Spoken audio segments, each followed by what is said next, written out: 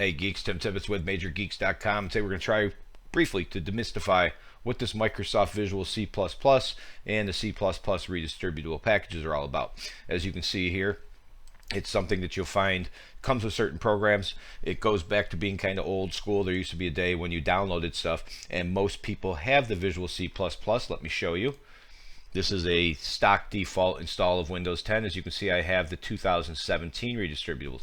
But if you have something newer or older, then you're going to possibly need a specific runtime. The reason being, they're supposed to be backwards compatible, but they aren't always. So what is Microsoft Visual C++? It is a programming language. So it is, if you have an app or a game that you're running that requires Visual C++, it's because it was written. Nowadays, I don't really understand this anymore. The Visual C++ should be bundled and should automatically check to make sure you have it when needed. But back in the day, you would download something and, a floppy disk would take 15 minutes, showing my age here, but they wouldn't offer this to you because it could take you another 15 minutes to download it, or a half an hour. So basically they assume that you had it, and you didn't. You got it as you needed it. Now Windows Update should keep you up to date and have the most recent version. However, fairly recently, at the time this video was done, Microsoft has released what they now call the 2015 to 19 redistributable package. In other words, that should cover most of you. And as I mentioned, it's supposed to be backwards compatible. So if you had something from 2008, for example, it should work. And that helps a lot because we also have all these files that people came up with right here that are packs.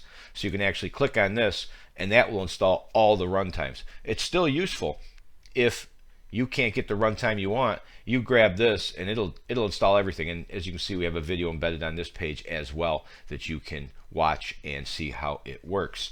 And here's some of the screenshots, etc. So as you can see, it shouldn't be as complicated as it is. The simple fact that there's so many versions is where people get confused and what it is and why they need it. So if you think you need the package, you can get it here. A lot of times you'll get a error message saying you're missing something with a V, a bunch of letters and numbers, .dll, the V representing Visual Basic Runtime. So if you're getting an error with a V and a DLL error, that's usually what it is. And believe me, we've got a ton of guides on Major Geeks telling people how to fix these exact errors. It almost always comes back to the runtime. So once again, what do you need with the Visual C++ runtimes? If you're missing it, get the 2015 to 19 redistributable package. Okay, if that does not work and you probably have something older, pick from one of these three.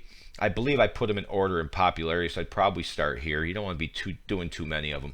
And then what'll happen is, a lot of times, and one of the reasons you might be watching this video is you're wondering, why do I have Microsoft Visual C++ in here 15 times? Just leave it alone.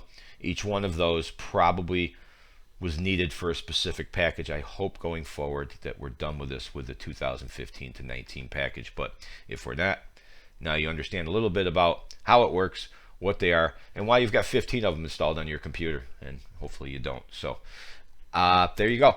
Basically, just make sure that you've got that new one, and if you're getting errors, missing those DLL files, go for the packs because you need something older. So pretty simple, right? I hope we made it a little easier to understand for you, because we do understand that it's very confusing. I've looked every once in a while and go, I can't believe there's 15 of these things installed. So there you go, have at it. That is what the Visual C++ is and what the Visual C++ redistributable package is for. So I hope that makes it clear, and feel free to read the guide. We'll be linked to it, and you can get a little more detail maybe than what I talked to you, and in order, and break it all down for you if you need more than I covered in this video. As always, we thank you for watching. We really appreciate you.